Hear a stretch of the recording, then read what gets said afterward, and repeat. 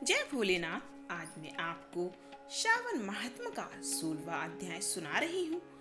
तो इस अध्याय को ध्यान से सुनिए और पहले के अध्याय अगर नहीं सुने हैं तो वो जरूर सुन लीजिएगा। आज मैं शीतला सप्तमी व्रत का वर्णन तथा व्रत कथा सुनाने वाली हूँ। ईश्वर बोले, हे सनत कुमार, अब मैं शीतला सप्तमी व्रत को कहूँगा।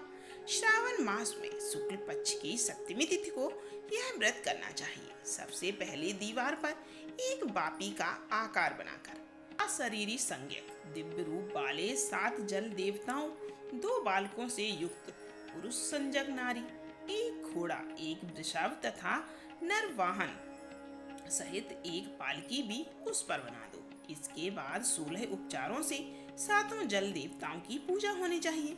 इस व्रत के साधन में ककड़ी और दधी ओदन का नैवेद्य अर्पित करना चाहिए।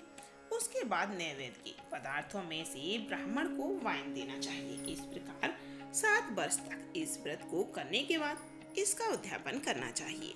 इस व्रत में प्रत्येक वर्ष 7 सुवासिनियों को भोजन कराना चाहिए। जल देवताओं की प्रतिमा एक स्वर्ण पात्र में रखकर बालकों सहित एक दिन पहले सायंकाल में भक्ति पूर्वक उनकी पूजा करनी चाहिए।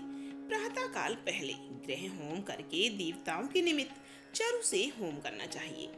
जिसने पहले इस व्रत को किया है और उसे जो फल प्राप्त हुआ है उसे आप सुने।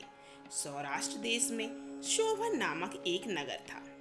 उसमें सभी धर्मों के प्रति निष्ठा रखने वाला एक साहूकार रहता था।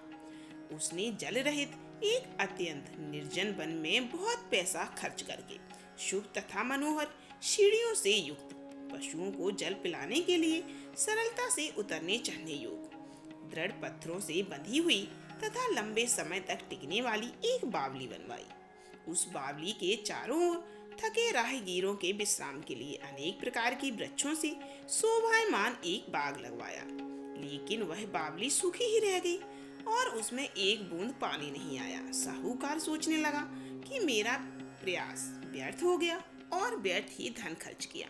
इसी चिंता में विचार करता हुआ वह साहूकार रात में वहीं सो गया। तब रात्रि में उसके स्वप्न में जल देवता आए और उन्होंने कहा कि हे धनद, जल के आने का उपाय तुम सुनो। यदि तुम हम लोगों के लिए आदर पूर्वक अपने पौत्र की बलि दो तो उसी समय तुम्हारी यह बावली जल से भर जाएगी।